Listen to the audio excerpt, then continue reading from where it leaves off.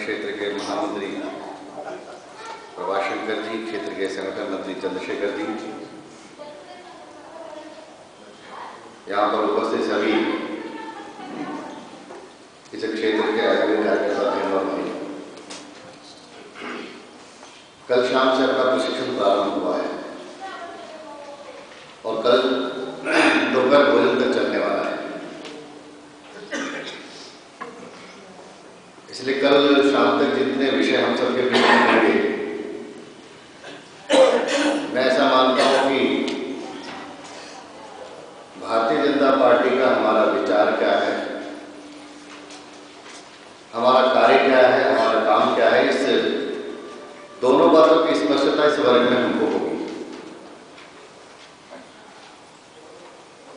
अपने इस प्रशिक्षण को अगर हम देखें तो विशेष रूप से 4 बातें जिनकी अधिक स्पष्टता इस वर्ग में होनी चाहिए। उसमें एक सबसे पहला बिंदु है, आवर गोल क्या है, हमारा लक्ष्य क्या है। आवर गोल यानी हम किस लिए भारतीय जनता पार्टी के माध्यम से काम कर रहे हैं, इसलिए हमारा लक्ष्य क्या है, हमारा उद्देश्य क्या है, उसकी स्पष्टता इस वर्ग में निश्चित रूप से हम सबको होगी। जैसे हमारा उद्देश्य और लक्ष्य की स्पष्टता होगी, ऐसे ही अवर रोल, हमारा संगठन के अंदर हमारा रोल क्या है, हमारी भूमिका क्या है। हमारे पास दायित्व कुछ भी हो, लेकिन दायित्व के अनुसार संगठन में मेरी स्वयं की भूमिका क्या है, इस बात की भी स्पष्टता इस वर्ग में हम सबको होगी। तीसरा, जिस विचार को लेकर के हम चल रहे हैं, उस विचार के प्रति एक कमिटमेंट, आइडियोलॉजिकल कमिटमेंट, निष्ठा, संगठन के विचार के प्रति निष्ठा। जब यहाँ विचार विषय रखे जाएंगे तो एक जो कहते हैं कि विचार को सुनने के बाद उस विचार के प्रति हमारे मन में एक कमिटमेंट आता है कि अब मैं जीवन भर इस विचार के लिए काम करूंगा। तो मुझे लगता है उस विचार की स्पष्टता के कारण से विचार के प्रति एक कमिटमेंट की भावना भी इस वर्ग से हम सबके अंदर आएगी। और चौथा ये कि संगठन के प्रति समर्पण का भाव। हम सब भी काम कर रहे होंगे, लेकिन सबके अपने अपने मनुष्य हैं, तो मनुष्य होने के कारण से महत्वाकांक्षाएं भी हैं, इच्छाएं भी हैं। उन सब के कारण से कुछ स्वार्थ मन में महत्वाकांक्षा के कारण से हम काम कर रहे होंगे, लेकिन इस वर्ग के बाद में एक संगठन के प्रति समर्पण का भाव। मैं ऐसा मानता हूं अगर इन चारों बातों के ऊपर ठीक ढंग से हमने कल तक विचार किया तो एक नई ऊर्जा और नई दिशा लेकर हम जाएंगे और वास्तव में हमारे इस प्रशिक्षण का एक महत्व रहेगा। हम सब लोग आखिर बीजेपी में क्यों काम कर रहे हैं? मेरे अंदर, मन के अंदर भी कई बार प्रश्न आता है। 25 साल से प्रचारक होने के बाद, विद्यार्थी परिषद में काम करने के बाद, अभी राजनीतिक क्षेत्र में काम करते हुए कई बार मन में आता है कि आखिर हम क्यों काम कर रहे हैं। तो कहते हैं कि कोई मनुष्य कोई काम करता है तो उसके पीछे उसके एक मन की बात रहती है कि जिस काम में उसको आनंद आता है, सुख मिलता है, व्यक्ति वही काम करता है। हम सब आज बीजेपी में काम इसलिए कर रहे हैं क्योंकि बीजेपी में कहीं ना कहीं हमको एक आनंद मिलता है। चाहे वो आनंद हमारे मन का आनंद होगा, चाहे वो आनंद हमारे सम्मान का आनंद होगा, या ये आनंद होगा कि लोग हमको पहचाने, हमको जाने, या ये भी आनंद होगा कि मैं देश के लिए, समाज के लिए कुछ कर रहा हूँ, जनता की समस्याओं का समाधान कर रहा हूँ। यानी अलग अलग प्रकार के आनंद की परिभाषा हो सकती है, लेकिन अंत में व्यक्ति काम केवल इसीलिए करता है कि उसको सुख चाहिए, मन का आनंद चाहिए। तो हम सब भी इसी आनंद की प्राप्ति के लिए कहीं ना कहीं भारतीय जनता पार्टी में आए कि संगठन के माध्यम से कुछ समाज का, कुछ देश का, कुछ लोगों का भला कल्याण कर सके। इस आनंद की प्राप्ति के लिए हम सब भारतीय जनता पार्टी में काम कर रहे हैं। इसलिए राजनीतिक क्षेत्र में काम करने वाले कार्यकर्ताओं कई बार केवल सत्ता प्राप्त करने के लिए हम काम कर रहे हैं, ऐसा नहीं है। पंडित दीनदयाल जी कहते थे कि राज नहीं समाज बदलना है, यानी उल्टी बात कहते थे, राज नहीं समाज बदलना है। तो कई बार लगता था कि दीनदयाल जी जब ऐसा कहते हैं कि राजनीतिक क्षेत्र के कार्यकर्ता, लेकिन राज नहीं समाज बदलना है, तो उन्होंने कहा हमारा काम केवल समाज परिवर्तन नहीं है, हमारा मुख्य उद्देश्य हम समाज को बदलना चाहते हैं, समाज में परिवर्तन लाना चाहते हैं। लेकिन उसका आगे दीनदयाल जी एक बात और कहते थे कि राज नहीं समाज बदलना है, लेकिन यदि, किंतु, परंतु समाज बदलने की प्रक्रिया में राज बाधा उत्पन्न करता है तो सबसे पहले उस राज को बदलना है। इसलिए हम राज तो बदलना चाहते हैं, हम सत्ता में आना चाहते हैं, हम पावर चाहते हैं, लेकिन वो सत्ता पावर हम अपने लिए नहीं चाहते कि हमें कैसे सुख मिलेगा, मुझे व्यक्तिगत कैसे पावर मिलेगा। हम इसलिए राज में आना चाहते हैं कि राज में आकर हम समाज परिवर्तन की प्रक्रिया को और तेज गति से कर सके। जिस प्रकार का समाज हम बनाना चाहते हैं, समाज में जो परिवर्तन चाहते हैं, राज्य में आकर वो समाज के परिवर्तन को हम तेज गति से आगे ले जा सके। और जैसा भारत हम बनाना चाहते हैं, जो हमारा लक्ष्य है और गोल, जिस बात को लेकर हम काम कर रहे हैं, उस दिशा में हम देश को, समाज को लेकर जा सके। इस उद्देश्य के साथ में हम भारतीय जनता पार्टी में काम कर रहे हैं। यानी हम भारत को, जैसा मैंने कल कहा कि हम भारत को भारत बनाना चाहते हैं, हम एक विकसित भारत चाहते हैं, समृद्ध भारत चाहते हैं। अगर ऐसा भारत चाहते हैं तो आज देश की वर्तमान परिस्थिति पर एक विचार करें तो ऐसे कौन कौन से मुद्दे हैं कि जो कहीं ना कहीं हमारे इस प्रकार के भारत को बनाने में बाधा उत्पन्न करते हैं। या ऐसा कहें कि हम एक विकसित भारत बनाने के लिए कौन कौन सी ऐसी बातें हैं जिनके होने से उस प्रकार का भारत हम बना सकते हैं। अगर ऐसा विकसित भारत बनाना है तो उसकी पहली और अनिवार्य शर्त यह है कि अपना यह देश सुरक्षित होना चाहिए, सुरक्षित भारत होना चाहिए। जो देश, जो राष्ट्र सुरक्षित नहीं है, जिसकी सीमाएं सुरक्षित नहीं है, जो अंदर से और बाहर से सुरक्षित नहीं है, वो देश प्रगति नहीं कर सकता। एक बार भगवान श्री कृष्ण से उनके एक भक्त ने पूछा कि भगवान आपका ये नाम रणछोड़ दास क्यों पड़ा? तो भगवान श्री कृष्ण ने कहा कि एक बार युद्ध के मैदान में लड़ते समय जो मुझे लगा कि युद्ध का मैदान छोड़ देना चाहिए, उस समय मैंने युद्ध का मैदान छोड़ दिया, इसलिए लोगों ने मेरा नाम रणछोड़ दास रख दिया। तो उस भक्त ने पूछा कि आपने युद्ध का मैदान क्यों छोड़ दिया? तो उन्होंने कहा कि जिस राज्य में, जिस क्षेत्र में युद्ध होते रहते हैं वहां कभी शांति नहीं होती, और जहां शांति नहीं है वहां विकास भी नहीं है। अगर विकास चाहिए तो शांति आवश्यक है। इसलिए उन्होंने कहा कि मैं अपने राज्य में शांति चाहता था और विकास चाहता था, इसलिए मैंने उस युद्ध के मैदान को छोड़कर शांति को प्राथमिकता दी। आज हम अपने देश का नक्शा उठा करके देखें, अपने देश के बारे में विचार करें। निश्चित रूप से 6 महीनों के अंदर बहुत परिवर्तन आया है, लेकिन क्या फिर भी हमारा देश सुरक्षित है क्या? पूरा कश्मीर से लेकर के हमारा पूरा नॉर्थ ईस्ट तक हमारी हिमालय की जो स्थिति है, हमारा हिमालय सुरक्षित नहीं है, हमारा समुद्र सागर जो हमारी सुरक्षा करता है वो सुरक्षित नहीं है, हमारी सीमाएं सुरक्षित नहीं। रोजाना आए दिन जिस प्रकार का चीन का अतिक्रमण होता है, कभी पाकिस्तान का होता है, कभी आतंकवादी आते हैं, ये सब घटनाएं आए दिन रोजाना हम सुनते रहे। आजकल थोड़ा कम सुनने को मिल रहा है, जब से केंद्र में भारतीय जनता पार्टी की सरकार बनी है, शायद कोई इक्का दुक्का घटनाएं अभी हुई होंगी, लेकिन इससे पहले रोजाना हम देखते थे कि हमारी सीमाओं का अतिक्रमण होता था।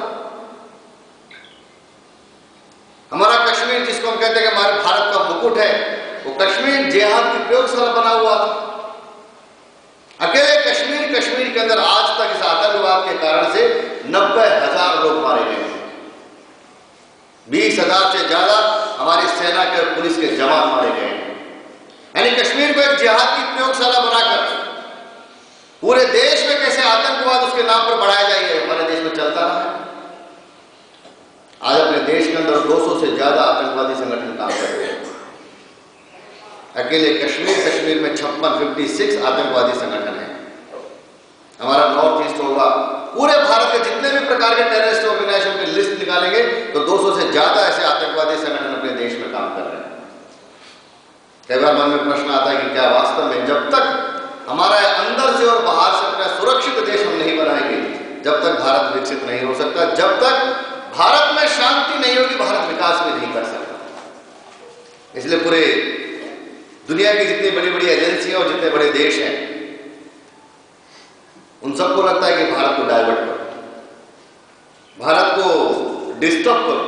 अगर भारत डिस्टर्ब रहा और तो उसके कारण से भारत की जो विकास की दिशा है वो दिशा थोड़ा धीमी होगी, स्लो होगी। जिस तेजी के साथ भारत को आगे बढ़ना चाहिए था वो नहीं बढ़ पाएगा। कारण उसका यही है कि भारत को डिस्टर्ब करने से, और यही होता रहा है पिछले 10-20 सालों में उठाकर देखिए, हम कहीं ना कहीं इन्हीं समस्याओं से रोजाना लड़ते रहते हैं। इसलिए जैसा भारत, विकसित भारत हमको चाहिए था, हम नहीं बना पाते, क्योंकि कहीं ना कहीं हमारी प्रगति में ये सारे दुनिया के ऐसे बड़े बड़े देश बाधा उत्पन्न करते हैं। इसलिए जो मैंने कहा कि अगर विकसित भारत बनाना है तो उसकी पहली शर्त है कि हमारा भारत सुरक्षित भारत होना चाहिए। दोनों तरह से, अंदर से भी और बाहर से। जब सुरक्षित होगा तभी हम विकास कर पाएंगे, क्योंकि यहाँ शांति हो। इसलिए एक पहला मुद्दा जो हम सबके सामने, कैसे हम सुरक्षित भारत बनाए, वो दिखाई देता है। अपने देश में चाहे नक्सलियों की समस्या होगी, चाहे नॉर्थ ईस्ट के अंदर पूर्वांचल में जितने भी ईसाई प्रेरित संगठन हैं उनके द्वारा चलने वाले आतंकवादी संगठनों की स्थिति होगी। कलर कोई भी हो, आतंकवाद आतंकवाद है, चाहे रेड हो, चाहे व्हाइट हो, चाहे ग्रीन। आतंकवाद का कोई कलर नहीं होता। लेकिन आज हमारे देश में सभी प्रकार के कलर का आतंकवाद दिखाई देता है। रेड भी है, ग्रीन भी है, व्हाइट भी है। यानी क्रिश्चियन मिशनरी प्रेरित द्वारा भी आतंकवाद हमारे यहाँ पर पूरे नॉर्थ ईस्ट के अंदर, नक्सलियों के द्वारा, माओवादी कम्युनिस्टों के सोच के आधार पर चलने वाला नक्सलिज्म के आधार पर उस प्रकार का भी एक आंदोलन है। ग्रीन यानी जिस प्रकार का आज मुस्लिम्स के कारण भी जितने टेररिस्ट ऑर्गेनाइजेशन, उस कलर का भी आतंकवाद हमारे देश में है। इसलिए कलर कोई भी हो, लेकिन आज हमारे देश में, दुनिया में जितने भी प्रकार का आतंकवाद है, भारत में उन सब के वायरस यहाँ पर मौजूद है। कई बार लोग हमारे देश में कुछ बुद्धिजीवी लोग तर्क देते हैं इस आतंकवाद का बढ़ने का कारण गरीबी, आतंकवाद के बढ़ने का कारण रोजगार का नहीं होना है। कई बार लोग ऐसी बातें करते हैं कि भारत के ही नौजवान युवा अपने हाथ में गरीबी और रोजगार के कारण से आतंकवादी बन रहे हैं। कई बार मुझे लगता है कि ऐसे लोगों से प्रश्न पूछना चाहिए कि अगर गरीबी और रोजगार के, बेरोजगारी के कारण से लोग आतंकवादी बन रहे हैं, इस देश में एक भी ऐसे भिखारी का नाम बता दें कि जिसने रोटी नहीं मिलने के कारण से बंदूक हाथ में उठाई। एक भी व्यक्ति नहीं जिसने गरीबी के कारण से या बेरोजगारी के कारण से बंदूक हाथ में उठा करके अपने देश के लोगों के खिलाफ लड़ रहा हो। इसलिए कारण गरीबी और बेरोजगारी नहीं है।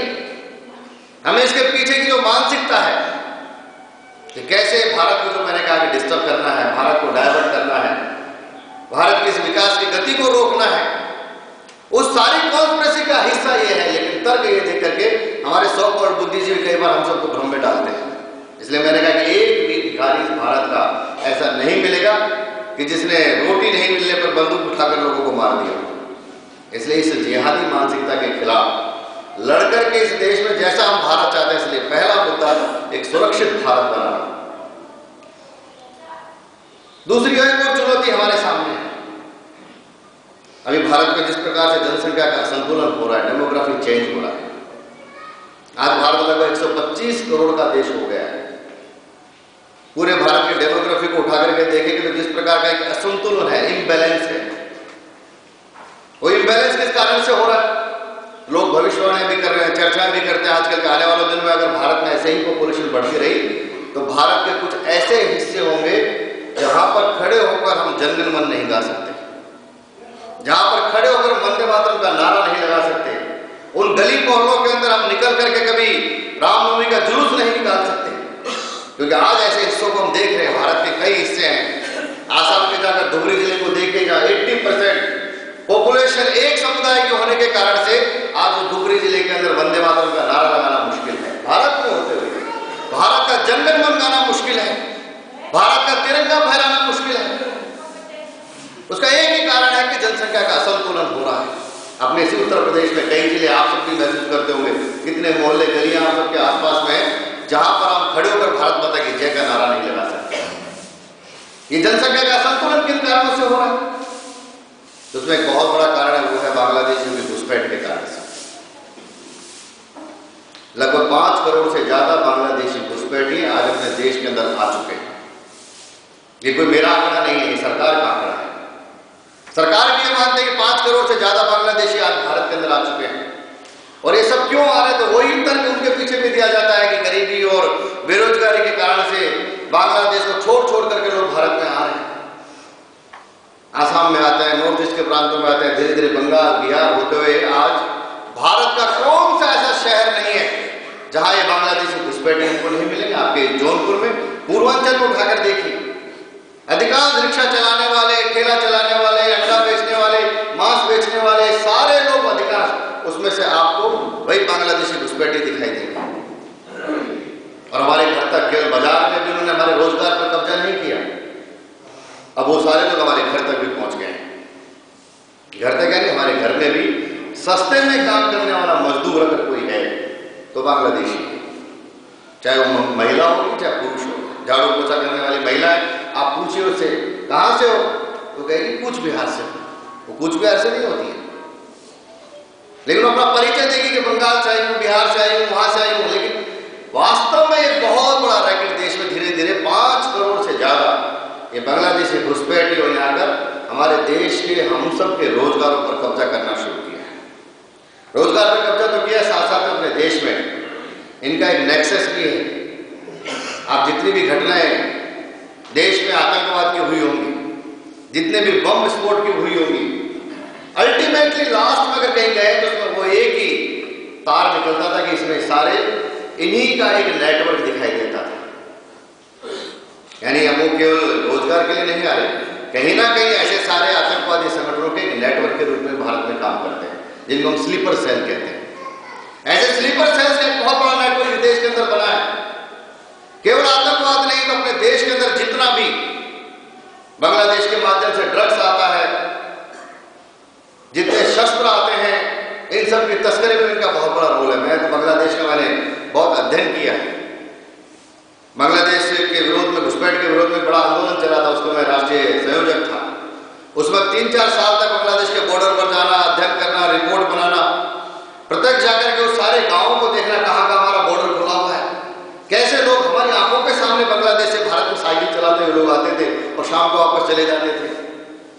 ऐसी सारी परिस्थिति में इस सारे बांग्लादेशियों के कारण से आसाम, बिहार, बंगाल और धीरे धीरे उत्तर प्रदेश के भी कई क्षेत्रों में एक डेमोग्राफिक चेंज हुआ है, जनसंख्या असंतुलन हुआ है, जनसंख्या में उनका प्रभाव वहां पर बढ़ रहा है।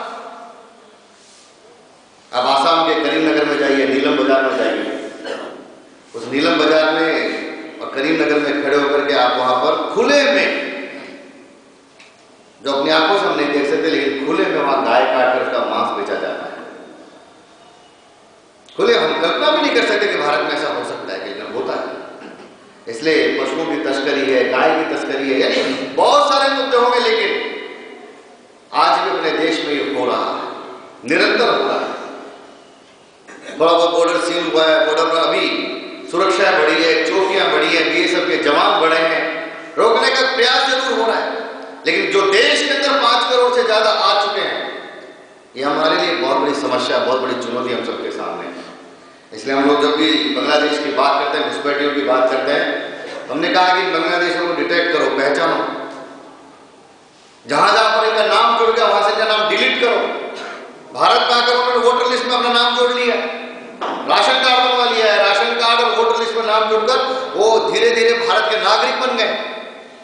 अभी तो आधार में भी, आधार कार्ड भी अपना बनवा लिया है। तो हमने कहा डिटेक्ट, डिलीट एंड डिपोर्ट, ऐसे सारे बांग्लादेशियों को ढूंढा जाए, जहां जहां उन्होंने नाम जोड़ा वहां से उनका नाम डिलीट किया जाए और इस देश से उनको बाहर भेजा जाए, डिपोर्ट किया जाए। जब तक एक बहुत बड़ी पॉपुलेशन है 5 करोड़ की, आने वाले दिनों में कितने मल्टीप्लाई होंगे हम सोच सकते हैं। हमारे तो घर में 2-3 ज्यादा हो, इतना ही होता है, उनके कितने मल्टीप्लाई होंगे, यह एक बहुत बड़ी चुनौती है। इसलिए राष्ट्रीय सुरक्षा के लिए भी और जनसंख्या के असंतुलन के कारण से आने वाले दिनों में भारत में क्या होगा, चाहे धर्मांतरण के कारण से होगा, मतांतरण के कारण से होगा, घुसपैठ के कारण से होगा, लेकिन एक जनसंख्या का असंतुलन, बढ़ती जनसंख्या हम सबके लिए एक बड़ा चुनौती का विषय है। और जितनी जनसंख्या बढ़ती जाएगी, हमें मानते हैं कि देश में रिसोर्सेज जो है, संसाधन बहुत सीमित है। जब संसाधन सीमित है तो यहाँ रहने वाले लोगों को कैसे हम सारे संसाधन दे पाएंगे? कितने साल तक हमारे पास पानी है, कितने साल के लिए हमारे पास जितने भी मिनरल्स चाहिए, जितने भी सारी सुविधाएं, क्या इतनी बड़ी पॉपुलेशन को हम दे पाएंगे? तो विचार करना पड़ेगा कि देश की बढ़ती हुई जनसंख्या में और जनसंख्या के असंतुलन को कैसे आने वाले दिनों में मैनेज करेंगे। इसलिए अगर उस प्रकार का भारत हमको बनाना है, तो जैसे इसका एक नेगेटिव साइड है, वैसे इसका पॉजिटिव साइड भी है कि अपने देश की ताकत, जब हम गिनते हैं कि हमारे देश की ताकत क्या है, तो हम कहते हैं हमारे देश की ताकत में हमारे देश की जनसंख्या, मैन पावर, ये बहुत बड़ी ताकत है। ये बात सही भी है। उसका एक पॉजिटिव साइड वो भी है कि मैन पावर इस देश की बहुत बड़ी ताकत है। दुनिया में इतनी मैन पावर नहीं जितनी हमारे पास है, और उसमें विशेष रूप से युवाओं की मैन पावर। दुनिया के कई देशों की जनसंख्या नहीं है, उससे ज्यादा भारत में युवा रहते हैं। 65 करोड़ से ज्यादा युवा भारत में है। दुनिया के किसी देश की, चाइना को छोड़कर इतनी पॉपुलेशन भी नहीं है जितने भारत के अंदर युवा रहते हैं। इसलिए उसका पॉजिटिव साइड भी है कि मैन पावर है, यूथ पावर हमारे पास है, जिसके कारण से पूरे दुनिया में धीरे धीरे हम लोग जा रहे हैं। आज दुनिया के हर क्षेत्र में भारत का नौजवान जा रहा है, हर क्षेत्र में नेतृत्व दे रहा है। इसलिए उसका एक पॉजिटिव भी है कि जनसंख्या का एक लाभ भी हमको मिलता है। कितना बड़ा मार्केट होने के कारण से आज अमेरिका और चाइना जैसे देश भी भारत के आगे झुकते हैं। क्यों? क्योंकि इतना बड़ा मार्केट उनको यहाँ पर मिलता है। बहुत छोटे से देश होते, छोटी सी पॉपुलेशन होती, तो कौन अमेरिका चाइना हमको करता, लेकिन इतनी बड़ी पॉपुलेशन, इसलिए उसका पॉजिटिव भी है। लेकिन आने वाले भविष्य में अगर ऐसे बढ़ती रही तो क्या होगा? इसलिए जनसंख्या के असंतुलन और वृद्धि पर एक चिंता करते हुए कैसे इसको ठीक दिशा, इस मैन पावर का ठीक उपयोग हो, यहाँ जितने लोग हैं सबको कैसे काम मिले, कैसे रोजगार मिले, यह भी हमारा एक, जिस प्रकार का हम भारत बनाना चाहते हैं तो इस विषय पर भी हम सबको विचार करना पड़ेगा। जिस प्रकार का भारत हम बनाना चाहते हैं उसको हमने एक स्लोगन कुछ महीने पहले दिया था, भ्रष्टाचार मुक्त भारत। आज भी अगर हम देखते हैं तो समाज जीवन में नीचे तक भ्रष्टाचार आज भी दिखाई देता है। यह भ्रष्टाचार अपने देश को दीमक की तरह खोखला कर रहा है। कुछ साल पहले तक हम सब ने भ्रष्टाचार के विरोध में पूरे देश में आंदोलन चलाया है। जगह जगह पर लोग सड़कें निकले, भ्रष्टाचार मुक्त भारत होना चाहिए। एक नहीं, कितने घोटाले कांग्रेस की यूपीए सरकार ने उस समय किए, चाहे 2G का होगा, चाहे कोयला का होगा, चाहे एयरपोर्ट का होगा, कितने स्कैम। यानी मनमोहन सिंह जी की यूपीए 2 ने तो पूरे भारत को लूटने का काम किया है। यह कोई भ्रष्टाचार नहीं था, सीधा सीधा देश की लूट थी और भारत को लूटने का काम किया है। परसों लखनऊ में था तो मुझे ऑफिसर मिले और ऑफिसर ने मुझे कागज दिया, मनमोहन सिंह जी का खुद का पत्र है जो उन्होंने मंत्री को लिखा है। पूरे भारत में जो चीज जिस मूल्य में अवेलेबल थी उससे ज्यादा मनमोहन सिंह जी ने रिकमेंड किया है कि यह चीज इतने 380 रुपए में नहीं, ये 600 रुपए में उस कंपनी से खरीदी जाए। यानी देश का प्रधानमंत्री एक मंत्री को पत्र लिखता है। यानी प्रधानमंत्री, भले हम कहेंगे हमारे मनमोहन सिंह जी ईमानदार थे, लेकिन पत्र देखने के बाद तो मुझे लगा कि मनमोहन सिंह जी भी ईमानदार तो नहीं थे। यानी कैसे भ्रष्टाचार ने देश को खोखला किया। 200 से ज्यादा ऐसे बड़े स्कैम आज तक भारत में हुए हैं और केवल बड़े ऊपर बैठे हुए राजनेताओं ने देश को लूटने का काम नहीं किया। उस कारण से हमारे सिस्टम में, हमारी व्यवस्था में निचले स्तर तक भ्रष्टाचार आ गया। किसी भी ऑफिस में जाइए, बाहर बैठा हुआ चपरासी को 10 रुपए मांगते हुए शर्म नहीं आती। उसको कहते बाबूजी जरा चाय पानी का खर्चा। अभी चाय पानी का खर्चा क्या होता है? चाय पानी के खर्चे का मतलब भ्रष्टाचार है। क्या आप ऑफिस के अंदर जा रहे हैं, किसी मिलने जा रहे हैं, 10 रुपए चाहिए, 20 रुपए चाहिए, 100 रुपए चाहिए। किसी का काम हो गया, फाइल क्लियर हो गई तो कहेंगे बाबूजी मिठाई तो खिला दो। मिठाई खिलाने के नाम पर 100-200 रुपए उससे ले लेना। यानी कहीं ना कहीं निचले स्तर तक ये जो भ्रष्टाचार पहुंच गया है। यानी भ्रष्टाचार कहें तो लोगों का भी शिष्टाचार बन गया है।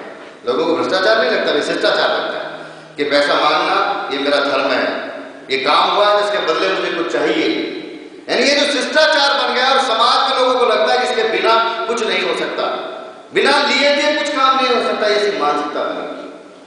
और यही मानसिकता धीरे धीरे कहीं ना कहीं हमारे देश में एक, जो मैंने कहा कि दीमक की तरह हमारे देश को खोखला कर रहे हैं। इसलिए अगर भ्रष्टाचार मुक्त भारत चाहिए, अगर जिस प्रकार का विकसित भारत हमको चाहिए, हम जैसा भारत बनाना चाहते हैं तो उसकी दूसरी तीसरी अनिवार्य शर्त यह है कि भारत को भ्रष्टाचार मुक्त करना पड़ेगा। करप्शन फ्री इंडिया, सभी स्तर पर भ्रष्टाचार समाप्त होना चाहिए। बिना भ्रष्टाचार को रोके हुए, समाप्त किए हुए हम भारत की वो दिशा आगे नहीं बढ़ा सकते। और भारत में भ्रष्टाचार को अगर रोकना है तो उसकी पहली शुरुआत तो की है लोगों ने, जनता ने। केंद्र में एक सरकार ऐसी बनाई है मोदी जी के नेतृत्व में, जिसने, मोदी जी ने कहा भी न खाऊंगा न खाने दूंगा। यानी नेतृत्व, राजनीतिक परिवर्तन तो जनता ने किया है, लेकिन राजनीतिक परिवर्तन के साथ साथ क्या हमारे देश का सिस्टम भी, क्योंकि सिस्टम तो वही है, अफसर तो वही है, बाबू तो वही है, ऊपर का डर जरूर हुआ है, लोगों के मन में डर तो आया है, लेकिन क्या वास्तव में सिस्टम व्यवस्था बदल गई? क्या उनकी मानसिकता बदल गई? क्या?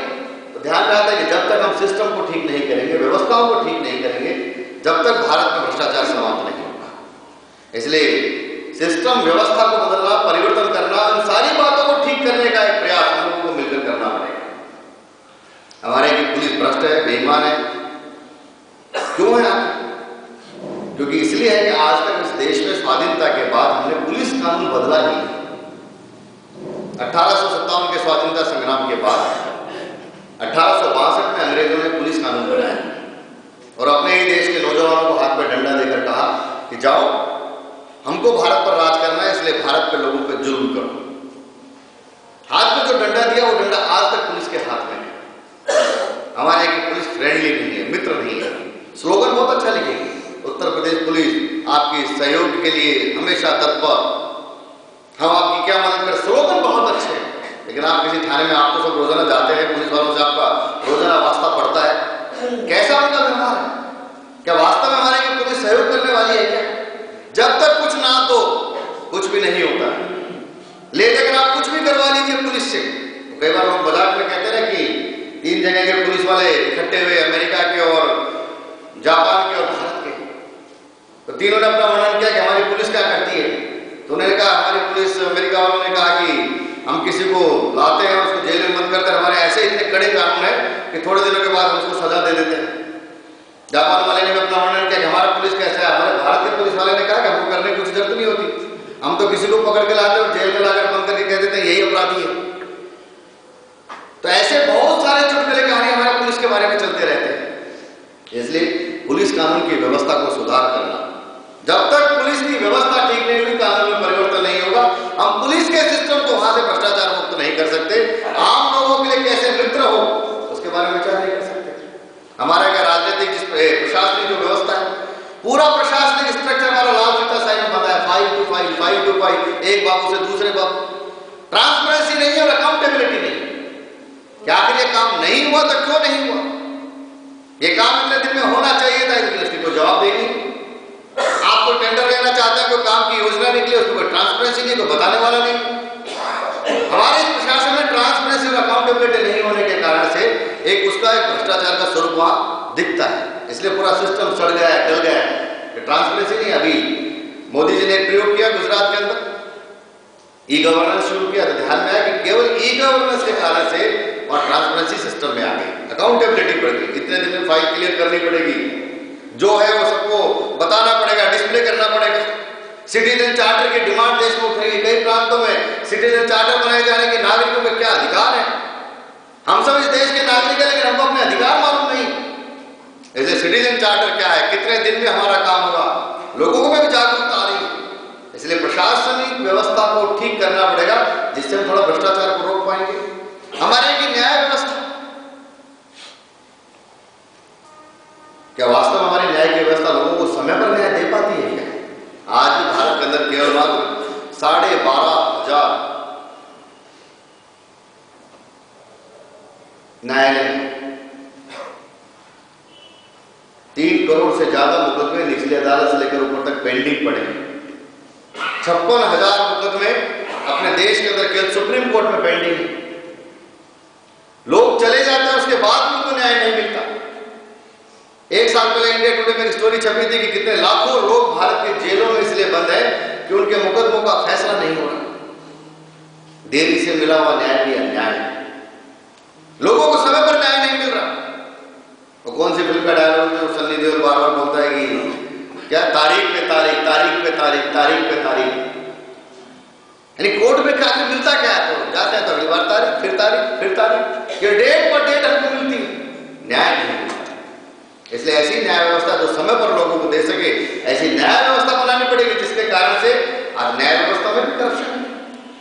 कोई ये कहे कि हमारे देश की जुडिशरी बिल्कुल ईमानदार है, मैं तो नहीं मानता, क्योंकि मैंने ऐसे कितने न्यायाधीशों को देखा है और कितने न्यायाधीश जो है आज जो हमारे कुछ वकील एडवोकेट्स हैं, वो जानते होंगे कि कैसे वो लोकल लेवल पर कोर्ट में मैनेज करते हैं लोगों को। और न्यायाधीश भी मैनेज होते हैं, ऐसा नहीं कि मैनेज नहीं होते, मैनेज होते हैं, चाहे राजनीतिक मैनेज हो, चाहे आर्थिक फाइनेंशियली मैनेज होते हैं। तो क्या ऐसी न्याय व्यवस्था जहां न्यायाधीश ही मैनेज हो रहा हो, उससे न्याय की उम्मीद हम कर सकते हैं क्या?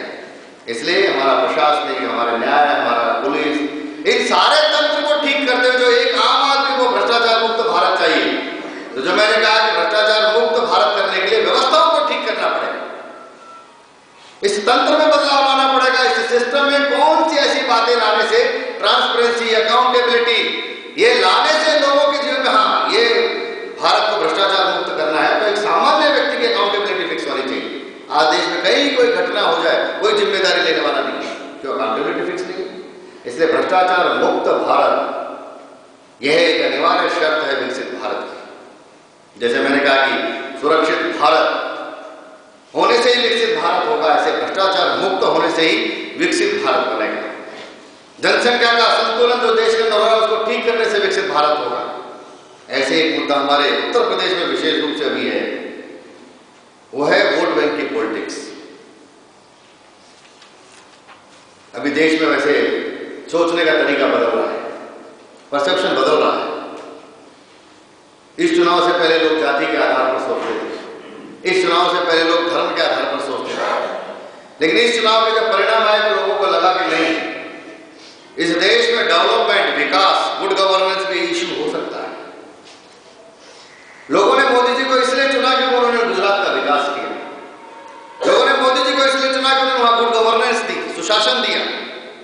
देश के लोगों के मन में एक इच्छा पैदा की कि हाँ, विकास और सुशासन के नाम पर पूरा अगर मोदी जी को वोट दिया जाए तो शायद भारत में भी एक गुड गवर्नेंस आ सकता है, डेवलपमेंट हो सकता है।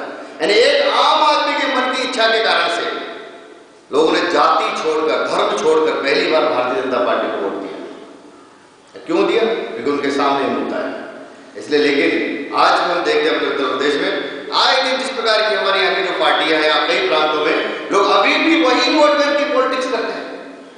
जाति की राजनीति, क्षेत्र की राजनीति, धर्म की राजनीति, ये वो, यानी उनका चिंतन होगा छोटा। उसी कारण से इस वोट बैंक की पॉलिटिक्स के कारण से आज भी अपीसमेंट दिखाई देता है। माइनॉरिटी को रिजर्वेशन दे दो, माइनॉरिटी को ये कर दो, माइनॉरिटी यानी जो इस देश की मुख्य धारा में जिनको लाने का प्रयास करना चाहिए, इसके बजाय उनके मन के अंदर ये भावना पैदा करके कैसे केवल वो वोट बैंक बना रहे, एक वोट बैंक के रूप में उनका यूज, उपयोग होता रहे, इसका प्रयास हमारे इस देश में चलता रहता है। इसलिए हमने कहा कि भारत में से अब इस प्रकार की राजनीति को समाप्त करना पड़ेगा। भारत में लोग अब सुशासन और डेवलपमेंट, विकास की राजनीति चाहते हैं। हर आदमी चाहता है कि नहीं, मेरे जीवन में इस प्रकार का भार, हर व्यक्ति पढ़ना चाहता है। हर व्यक्ति के मन में जो सामान्य बातें हम कहते हैं, ये रोटी, कपड़ा, मकान, पढ़ाई और दवाई, ये 5 बातें हर व्यक्ति की आवश्यकता है। और हर व्यक्ति को लगता है कि मेरे जीवन में मुझे रोटी, कपड़ा, मकान और पढ़ाई और दवाई की व्यवस्था होनी चाहिए। एक आम आदमी की अपेक्षा है कि मेरा बेटा अच्छे स्कूल में पढ़े। आम आदमी की अपेक्षा है कि मैं जब बीमार हूं तो मुझे अच्छा हॉस्पिटल मिले, अच्छी स्वास्थ्य की सेवाएं मिले, रहने के लिए अच्छा घर मिले, साफ सुथरे में रह सकें। ये हर आम आदमी की इच्छा है।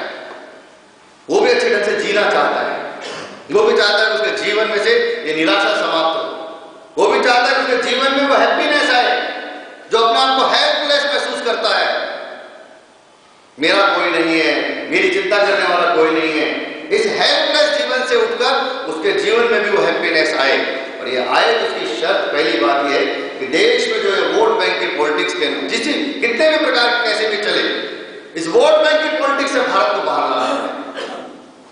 बिना वोट बैंक की पॉलिटिक्स से भारत को बाहर लाए हुए हर गली मोहल्ले में लोगों का चिंतन, सोचने का तरीका जब इस प्रकार का होगा तो वास्तव में देश के अंदर सुशासन होगा। पंडित दीनदयाल उपाध्याय जी ने अपने भाषण में कहा था कि सिद्धांतहीन मतदान से सिद्धांतहीन राजनीति का जन्म होता है। जिस देश में वोटिंग का पैटर्न जाति के आधार पर हो, धर्म के आधार पर हो, मेरा काम कौन करेगा, मेरा भला कौन करेगा, मेरे काम में कौन आएगा, मेरा पड़ोसी कौन है, अगर माने जिस देश में वोटिंग का पैटर्न ही व्यक्ति अपने आधार पर सोचकर करेगा, उसमें से जो राजनेता खड़ा होगा वो राजनेता कभी भी ईमानदार नहीं होगा। जो जाति के नाम पर चुनकर आएगा वो जाति की राजनीति करेगा, जो पैसा बांट कर जीत कर आएगा वो करप्शन करेगा, जो शराब बांट कर जीतेगा वो वही करेगा। जो पैसा और शराब और जाति और इस आधार पर जीत के आने वाला नेता कभी ईमानदार नहीं हो सकता और सबके लिए काम भी नहीं कर सकता, क्योंकि वो जाति के आधार पर जीत कर आया तो उसको लगता है कि मैं मेरी जाति के लोगों को काम करूंगा, मैंने इतना करोड़ों रुपए चुनाव में खर्च किया है तो करोड़ों रुपए खर्च करने के बाद अब जीत कर आया हूं तो करोड़ों कमाऊंगा। तो कैसे अपेक्षा कर सकते हैं जब इस देश में वोटिंग का पैटर्न, मतदान का पैटर्न ही गलत है, लोग गलत वोट कर रहे हैं, गलत बातों के आधार पर कर रहे हैं, उसमें से पैदा होने वाला नेता ईमानदार और देशभक्त नहीं हो सकता। इसलिए हमको विचार करना पड़ेगा कि कैसे वोटिंग का पैटर्न, जो मैंने कहा कि वोट बैंक की पॉलिटिक्स से इस देश को बाहर लाकर एक सुशासन, गुड गवर्नेंस और डेवलपमेंट की राजनीति जो माननीय मोदी जी ने शुरू की है इस देश में,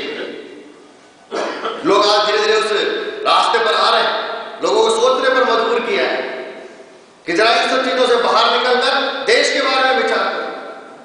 देश में लोगों का माइंडसेट बदल रहा है, सोचने का तरीका बदल रहा है, लोग उससे बाहर आ रहे हैं। इसलिए हम सबको भी निचले स्तर पर विचार करना पड़ेगा कि कैसे इस चीज से भारत को बाहर लाया जाए। जब तक भारत इससे बाहर नहीं आएगा तो हमारा विकसित भारत हम जो चाहते हैं उस दिशा में हम नहीं बढ़ सकते। इसलिए विकसित भारत बनाने के लिए देश को वोट बैंक की पॉलिटिक्स से बाहर लाना पड़ेगा।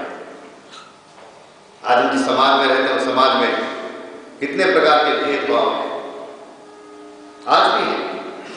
अमीर का, गरीब का, गांव का, शहर का, इस जाति का, उस जाति का, अगड़ी जाति, पिछड़ी जाति, अति पिछड़ी जाति, यानी कितने प्रकार के भेद हैं। इतने साल की स्वाधीनता के बाद भी अपने इस देश में अस्पृश्यता समाप्त नहीं हुई। बेचारे गांधी जी, नेहरू जी, बड़े बड़े लोग चले गए, अस्पृश्यता पाप है, अस्पृश्यता महापाप है, कितने बड़े बड़े स्लोगन लोगों ने दिए, लेकिन अभी तक अस्पृश्यता समाप्त नहीं हुई। ठीक है, बड़े शहरों में, महानगरों में आजकल इन चीजों की चर्चा नहीं होती, लेकिन नीचे गांव में जाकर देखिए, आज भी वहां रहने वाला हमारे समाज का कोई पिछड़ा बंधु हो, उसको कितना अपमान सहना पड़ता है। आज भी अखबारों में आए दिन घटना पड़ते हैं, साहब बारात को नहीं निकलने दिया उस गांव में फलाना जी ने, वहां ऐसा विवाद हो गया, कुएं में पानी नहीं भरने दिया, मंदिर में नहीं जाने दिया।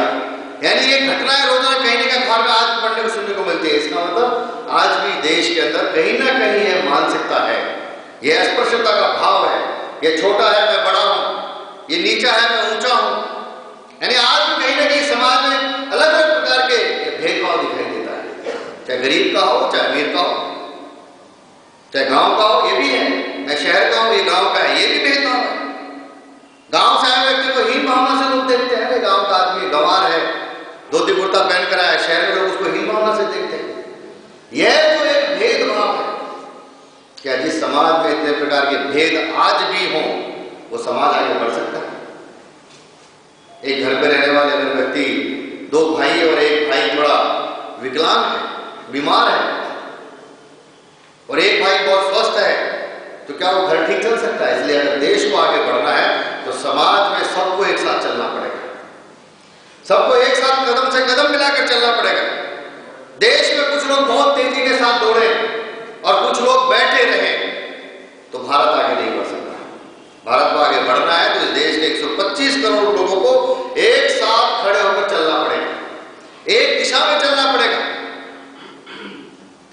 बिना एक साथ सबके चले हुए, सबका साथ सबका विकास जो हम कहते हैं, सबको बिना साथ में लिए सबका विकास नहीं हो सकता। इसलिए समाज में से भेदभाव, अस्पृश्यता को समाप्त करना,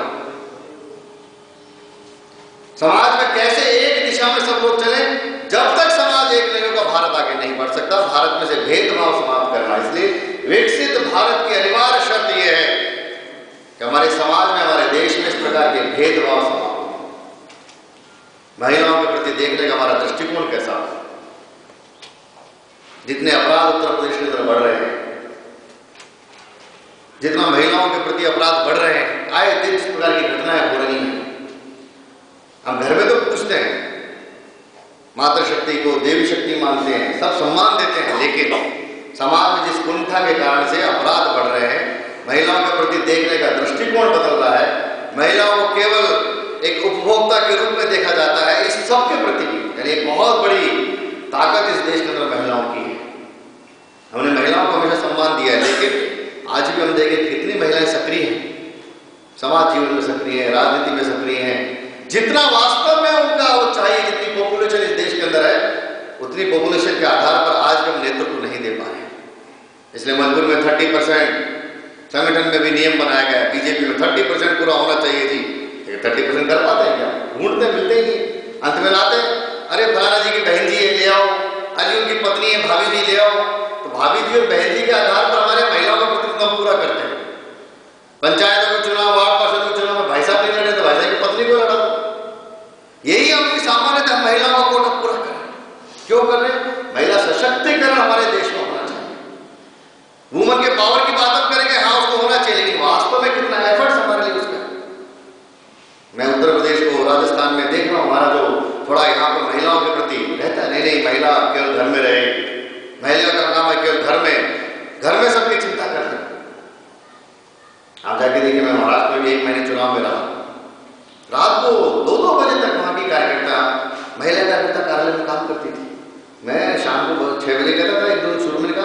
जाओ घर पर, नहीं नहीं कोई बात नहीं, रात को 2 बजे लोग पकड़ कर जाते थे, सब कार में बैठ के महिलाएं काम करती थी, कोई डर नहीं, रात को 2 बजे लोग पकड़ करके जाएंगे।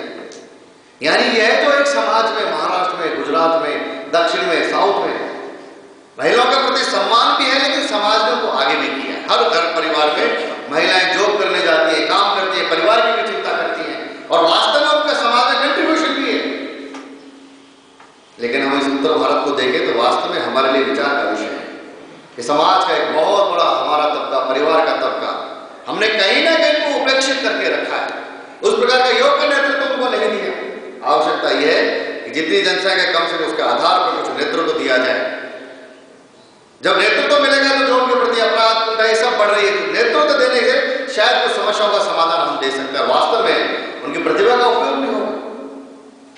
ऐसा नहीं है कि प्रतिभाएं नहीं, प्रतिभाएं हैं, लेकिन हम उनको आगे नहीं ला रहे। इसलिए महिलाओं के सशक्तिकरण का मुद्दा, महिलाओं के प्रति देखने का हमारा दृष्टिकोण, ये बदलकर महिलाओं की सहभागिता कैसे बढ़े। किसी को नियम बनाने की जरूरत नहीं होगी, नहीं इतना रिजर्वेशन आवश्यक है। मुझे लगता है ये प्रक्रिया सहज स्वाभाविक होनी चाहिए। सहज स्वाभाविक प्रक्रिया होने से ही हम इस समस्या का समाधान ढूंढ सकते हैं। नेचुरल लगना चाहिए, आर्टिफिशियल नहीं चाहिए कि भरने के लिए नाम भर दो, बनाने के लिए बना दो।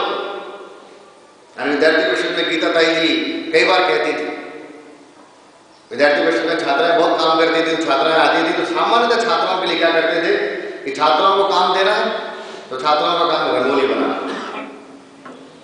छात्राओं का काम है मंच पे आके जब कोई अतिथि आया उसके लिए ट्रे के अंदर फूल मालाएं लेकर आना, छात्राओं का काम है वो दीपक जलाना है तो मोमबत्ती पकड़ाना। तो कहती थी केवल छात्राएं मोमबत्ती देने के लिए है क्या, छात्राएं फूल देने के लिए है क्या, छात्राएं केवल रंगोली बनाने के लिए है क्या? आप लोग क्यों नहीं छात्राओं का भाषण कराते हो? क्यों नहीं मोर्चा आंदोलन का नेतृत्व कोई छात्रा कर सकती है? क्यों नहीं किसी प्रदेश का नेतृत्व कोई छात्रा कर सकती है? और वर्षों तक उन्होंने आग्रह किया और उसका परिणाम आज दिखाई देता है कि विद्यार्थी परिषद में ऐसे कितने ही छात्राएं प्रदेश मंत्री बन रही है, अध्यक्ष बन रही है, छात्र संघों में चुनाव जीत करके आ रही है। किसी एक के कारण से वहां पर विचार चिंतन बदला और बहुत बड़ी संख्या में ऐसे लीडरशिप देने वाले लोग आए, सोचने का तरीका बदला। जो मैंने कहा महिलाओं के प्रति देखने का हमारा दृष्टिकोण क्या है, चिंतन क्या है, कि क्या केवल संगठन में वो इसी काम के लिए है क्या, बाकी काम के लिए भी हो सकती है, बाकी सब काम भी वो कर सकती है, अवसर तो देने की बात है। मुझे लगता है कि हम उनको अपने देश में जो अवसर चाहिए उस अवसर की उपलब्धता उनको नहीं दे रहे। अवसर देने से वह भी एक वर्ग हमारे साथ आएगा। इसलिए जैसा भारत हम बनाना चाहते हैं, जो हम सबका स्वप्न ऐसा विकसित भारत बनाने का, उसके लिए जो मैंने कहा कि पहली और अनिवार्य शर्त है कि हमारा यह भारत सुरक्षित भारत होना चाहिए, हमारा यह भारत भ्रष्टाचार मुक्त भारत होना चाहिए, हमारा यह भारत की बढ़ती हुई जनसंख्या, इसका कैसे संतुलन ठीक रहे, यह एक विचार का मुद्दा है। हमारे यहाँ की महिलाओं के प्रति देखने का दृष्टिकोण कैसा हो, वोट बैंक की पॉलिटिक्स से भारत को बाहर लाना पड़ेगा। और एक अंतिम मुद्दा जो मुझे लगता है कि हम सब भारत के रहने वाले लोगों की जो मानसिकता है, मन है, माइंडसेट है, India can not do, Bharat कुछ नहीं कर सकता। वर्षों से ये देख देख करके एक मानसिकता हमारी बन गई है कि भारत कुछ नहीं कर सकता। एक क्लब है हमारे यहाँ, इंडिया कैन नॉट डू, अरे भारत में कुछ नहीं होगा, भारत में ऐसा कुछ नहीं होगा, भारत गंदगी है, भारत तो ये है, भारत तो बिजली नहीं आएगी, भारत में तो ऐसा ही चलेगा। ये ऐसा एक मानसिकता बन गई है देख देख कर, सुन सुनकर, कि भारत में कभी कुछ नहीं होगा। लेकिन जब भारत में होना शुरू हुआ तो लोगों को उत्साह भी आया कि हाँ अब बहुत कुछ हो सकता है। अभी यही मानसिकता बदल रही है, जो मैंने कहा ना, लोगों का सोच बदल रहा है, परसेप्शन बदल रहा है, माइंडसेट बदल रहा है। अब वही लोग जो कल तक कहते थे कि भारत में कुछ नहीं हो सकता, वही लोग कह रहे हैं कि नहीं, भारत में सब कुछ हो सकता है। क्यों हो सकता है? एक लीडरशिप, केवल नेतृत्व परिवर्तन करने से, सरकार बदलने से लोगों की मानसिकता बदल रही है। लोगों को लग रहा है कि नहीं, भारत में बहुत कुछ हो सकता है। वही युवा, वही समाज का हर वर्ग में उत्साह है कि हाँ भारत में कुछ अच्छा होगा। उम्मीद जगी है लोगों को कि हमारे पास इतनी बड़ी ताकत है, इस ताकत के आधार पर हम दुनिया का सबसे नंबर 1 भारत बनाएंगे, देश बनाएंगे।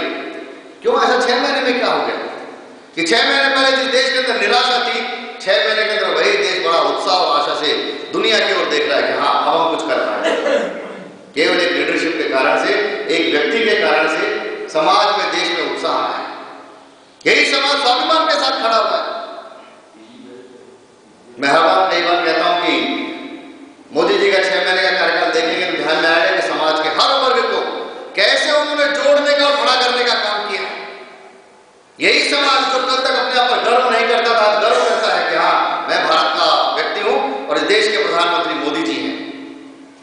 जब अमेरिका में गए और मेडिसिन स्क्वायर पर उन्होंने भाषण दिया, तो मेरे एक मित्र हैं, दोनों पति पत्नी वहां साइंटिस्ट हैं। भाषण सुनने के बाद रात को उसका फोन आया और बिल्कुल उसके बात में इतना उत्साह था और गला भरा हुआ था। उन्होंने कहा कि मैं 15 साल से अमेरिका के अंदर हूं, यहाँ की साइंटिस्ट, यहाँ की लैब में काम करता हूँ, साइंटिस्ट हूं। हमेशा मैं डरा डरा रहता था, मैं अपने देश की बात नहीं करता था। हम लोग, भारत के लोग मिलते थे, अभी उस समय का एक विभाग कार्यवाही, हम शाखा लगाते थे, सब करते थे, लेकिन सार्वजनिक स्थानों पर कुछ कहने से बचते थे। लेकिन पहली बार ऐसा लगा कि हमारे देश के प्रधानमंत्री ने जब आकर अमेरिका की धरती पर भारत माता की जय का नारा दिया, उस दिन मुझे खुशी हुई कि अमेरिका में हम भारत माता की जय का नारा लगा सकते हैं। यानी वहां उनके अंदर में जोश आया कि अपने देश के लोग हम कुछ कर सकते हैं। पहली बार ऐसा लगा कि हमारे देश का प्रधानमंत्री जा रहा है, अमेरिका के सारे सीनेटर लाइन से खड़े हैं, देश के प्रधानमंत्री ने एक भी सीनेटर से हाथ नहीं मिलाया। पहली बार हमारे देश के प्रधानमंत्री गए अमेरिका, तो पहली बार ये देश के प्रधानमंत्री का प्रोटोकॉल अमेरिका में गया। आज से पहले कभी भारत के प्रधानमंत्री का प्रोटोकॉल अमेरिका नहीं रहता है। अमेरिका इतना बड़ा देश है, किसी की हिम्मत है तो अमेरिका को प्रोटोकॉल भेज दे। पहली बार भारत के प्रधानमंत्री का प्रोटोकॉल गया और उस प्रोटोकॉल की पहली लाइन ये थी कि हमारे देश के प्रधानमंत्री के कंधे पर कोई हाथ नहीं रखेगा। हम देखते हैं कि ओबामा की आदत है तुरंत किसी के कंधे पर हाथ रखकर ऐसे गले लगाना, उसको छोटा बना देना। लिखा कि कोई हमारे प्रधानमंत्री के कंधे पर कोई हाथ नहीं रखेगा। और आपने एक भी फोटो नहीं देखी होगी कि ओबामा ने मोदी जी के कंधे पर हाथ रखा। इन्हें इतना साहस, हमारे देश में इतना विश्वास आया। ये क्यों? क्योंकि मैंने जो कहा, इस प्रकार का परसेप्शन बदल रहा है, माइंडसेट बदल रहा है। एक नेतृत्व के कारण से भारत में लोगों का सोचने का तरीका बदल रहा है। लाल बहादुर शास्त्री के बाद पहली बार ऐसा लग रहा है कि देश का प्रधानमंत्री कुछ आह्वान करता है, लोग सड़क पर झाड़ू लेकर निकल रहे हैं। सचिन तेंदुलकर जैसा व्यक्ति, अभी माननीय मोदी जी बनारस में बता रहे थे, आचार्य जी हम लोग साथ थे, हम बैठे चाय पी रहे थे, जब उन्होंने कहा कि कैसे तेंदुलकर ने पूरा एक पार्क वीरान उजाड़ पड़ा था, अपने स्वयं के प्रयास से 1 महीने के अंदर खुद तेंदुलकर ने खड़ा होकर उस पार्क को सुंदर और साफ बना दिया, लोगों के बैठने की व्यवस्था कर दी। एक व्यक्ति ने आह्वान किया तो बड़े बड़े लोग निकल रहे हैं झाड़ू लेकर, सफाई अभियान चला रहे हैं। गंदगी मुक्त भारत हमको चाहिए, स्वच्छ भारत चाहिए। सोचने का तरीका बदल रहा है, माइंडसेट बदल रहा है कि भारत में बहुत कुछ हो सकता है, केवल इस भारत के लोगों को खड़े होने की आवश्यकता है। स्वाभिमान के साथ, गर्व के साथ, अपनी आइडेंटिटी के साथ, अपनी पहचान के साथ हम कौन है। कल तक जिस बात को लेकर हम संकोच करते थे, लेकिन आज वही देश का प्रधानमंत्री जब अपने गले में रुद्राक्ष की माला पहनकर, सिर पर त्रिपुंड लगाकर मंदिर से बाहर निकलता है, तो पूरी दुनिया को एक संदेश जाता है कि भारत किन लोगों का देश है। आज तक तो कोई प्रधानमंत्री ऐसा नहीं किया। पहली बार प्रधानमंत्री को हमने गंगा की आरती करते देखा है, पहली बार हमने प्रधानमंत्री को पशुपतिनाथ के दर्शन करते देखा है, पहली बार किसी प्रधानमंत्री को हमने केंद्र सरकार के पैसे से किसी मंदिर को दान करते हुए देखा है। क्यों देखा है? क्योंकि इस देश के लोगों को स्वाभिमान के साथ खड़ा करना है। हमारी आइडेंटिटी क्या है, हमारी पहचान क्या है, जो लोग भूल गए थे। हम भी सो कॉल्ड सेकुलर हो गए थे, हम भी कभी इस प्रकार की बातें करने लगे थे। हम सब भाई भाई, अरे भाई भाई तो ठीक है, लेकिन हमारी पहचान तो जीवित रखो, हमारी आइडेंटिटी क्या है। अभी पिछले दिनों में लखनऊ कार्यालय में था, तो हमारे कार्यकर्ता बड़े उत्साह में आए और मुझे जाकर कहा, भाई साहब दिवाली पर एक अभियान भारतीय जनता पार्टी को लेना चाहिए। मैंने क्या लेना चाहिए? ये आतिशबाजियों के कारण से बहुत पोल्यूशन होता है, बहुत प्रदूषण होता है, इसलिए हमको इस बार अभियान चलाना चाहिए कि लोग कम से कम पटाखे छोड़े। मैंने कहा, भाई तुमको ये केवल दिवाली पर याद क्यों आया? तुमको ये बात ईद पर क्यों याद नहीं आई कि कम से कम पशुओं को काटना चाहिए? तुमको उस समय याद नहीं आया, अब तुमको पटाखे। हम ही लोग अपने त्योहारों पर नहीं पानी का उपयोग मत करो, होली है, अरे भाई होली है तो होली की तरह खेलो, दिवाली है तो दिवाली की तरह मनाओ। ये सब पर्यावरण के नाम पर, इस सब के नाम पर धीरे धीरे कहीं ना कहीं बाकी सब, तुम वैलेंटाइन डे के खिलाफ तो कभी नहीं है कि भारतीय जनता पार्टी को वैलेंटाइन डे, यानी उन सब बातों को जो अच्छी लगती है तो ठीक है, हम अपने ही परंपरा, अपने ही त्योहारों पर धीरे धीरे कहीं ना कहीं हमला कर रहे हैं। जो लोग हमला कर रहे हैं, हम भी एक प्रगतिवादी होने के नाम पर उनके साथ खड़े हो जाते हैं। इसलिए अपनी परंपरा पर गर्व करना, अपनी पहचान, अपनी आइडेंटिटी को बनाए रखना। वो समाज जल्दी मर जाता है और कभी जीवित नहीं रहता जो अपनी पहचान छोड़ देता है। वो जो इकबाल की पंक्ति है ना, यूनान भूमि से मिट गए जहां से कुछ बात ऐसी है कि हस्ती मिटती नहीं हमारी। तो आज भी अगर हम जिंदा इसलिए हैं कि हमने हमारी पहचान को जिंदा रखा। यूनान और रोम इसलिए मिट गए कि वहां से उनकी कल्चर समाप्त हो गई, वो अपनी पहचान भूल गए, उनकी आइडेंटिटी समाप्त हो गई, इसलिए यूनान और रोम से सब मिट गए। भारत आज भी जिंदा इसलिए हमारी पहचान, हमने अपनी पहचान को बचा करके रखा है। 1000 के संघर्ष के बाद भी बचा कर रखा है। 1000 वर्ष तक हिंदू समाज संघर्ष करता रहा, लड़ता रहा, हमारे पूर्वज लड़ते रहे, हार नहीं मानी। चाहे शिवाजी होंगे, चाहे महाराणा प्रताप होंगे, हर कली मोहल्ले में कितने महापुरुष हमारे यहाँ पर हैं जिन्होंने मुगलों से संघर्ष किया, अंग्रेजों से संघर्ष किया, लेकिन हार नहीं मानी। जो लोग कहते हैं कि गुलामी, मैं उसे गुलामी नहीं कहता, वो 1000 साल का भारत का संघर्ष का इतिहास है। हमारे पूर्वजों ने बलिदान दिए लेकिन हार नहीं मानी और अपनी संस्कृति को बचाए रखा। इसलिए जो मैंने कहा कि India can not do, Bharat कुछ नहीं कर सकता। भारत बहुत कुछ कर सकता है, केवल एक स्वाभिमान के साथ, अपनी पहचान के साथ इस देश समाज को खड़ा करना पड़ेगा।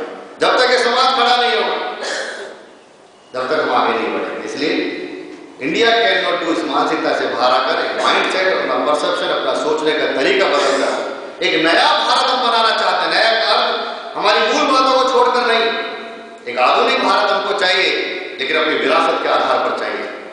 हमने विरासत को भूलकर हम नया भारत नहीं बनाना चाहते, इसलिए नया भारत बनाएंगे, लेकिन अपनी परंपरा, अपनी विरासत, अपनी संस्कृति के आधार पर ऐसा एक विकसित भारत बनाना, इसके लिए हम सब भारतीय जनता पार्टी के कार्यकर्ता राजनीतिक क्षेत्र में काम कर रहे हैं।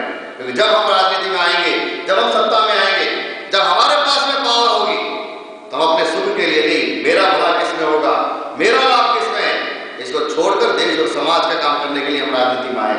इसलिए दीनदयाल जी ने कहा कि राजनीति समाज बदलना है, तो समाज बदलने का यह जो काम है, समाज बदलने की जो परिवर्तन की प्रक्रिया है, जो हम सबका एक स्वप्न है, इस प्रकार का एक विकसित भारत बनता हुआ देखें। जो डॉक्टर हेडगेवार जी ने कहा था, याची दिल्ली याची डोला, इसी आंखों से, इसी शरीर से, इन्हीं आंखों से हम भारत को परम लोगों पर जाता हुआ देखेंगे। हमारा लक्ष्य भी है। इसलिए हम सब कार्यकर्ता जिस प्रकार का भारत बनाने के लिए राजनीतिक क्षेत्र में आए हैं, भारतीय जनता पार्टी में आए हैं, मेरा आप सबसे इतना निवेदन है कि अगर ऐसा भारत बनाना है तो जो कुछ चुनौतियां, कुछ संकट मैंने आप सबके सामने रखे, आने वाले दिनों में, भविष्य में इन सब बातों का एक विचार अपने स्थान पर हम करें। लेकिन इसके साथ साथ जब तक, जो कल भी मैंने कहा कि जब तक भाजपा सशक्त नहीं है, हम भारत को सशक्त नहीं कर सकते। इसलिए अगर ऐसा भारत बनाना है तो अपने संगठन को भी मजबूत करना पड़ेगा। हर गली मोहल्ले, बूथ तक लोगों को जाना पड़ेगा, हजारों लोगों को अपने संगठन के साथ जोड़ना पड़ेगा। एक एक कार्यकर्ता को यह मानना पड़ेगा कि हाँ, मुझे करके दिखाना है। 17.5 करोड़ वोट भारतीय जनता पार्टी को चुनाव के अंदर मिला, 3.5 करोड़ हमारी मेंबरशिप है। क्या इस बार की सदस्यता अभियान में इसलिए हमने तय किया कि उत्तर प्रदेश में हम 1.5 करोड़ से ज्यादा सदस्य बनाएंगे। हर बूथ पर अगर 100 सदस्य अगर हम बनाते हैं तो हमारा लक्ष्य पूरा होता है।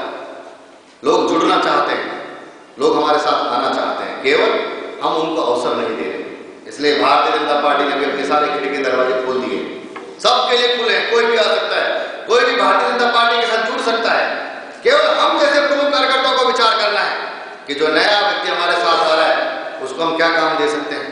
हर प्रकार के व्यक्ति के लिए काम हमारे पास में है। एक भारतीय जनता पार्टी का संगठन बूथ तक मजबूत करते हुए, सभी प्रकार के लोगों को जोड़ते हुए, समस्या नहीं समाधान बनते हुए। कई बार मुझे लगता है कि हम प्रमुख कार्यकर्ता ही समस्या बनते हैं, इसलिए निंदा करने वाले नहीं, समस्या नहीं, हम सब मिलकर के समाधान बनेंगे। संगठन के अंदर भी, समाज के लिए भी, देश के लिए भी। कम से कम मेरे कारण से कोई प्रॉब्लम कहीं पर नहीं होगी, मैं समस्या नहीं बनूंगा।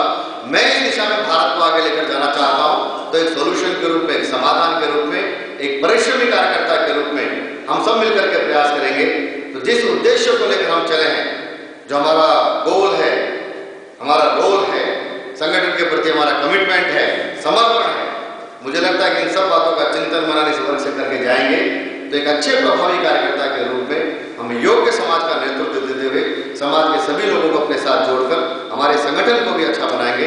इतना निवेदन करते हुए अपनी बात पूरी करता हूँ। नमस्कार, जय हिंद।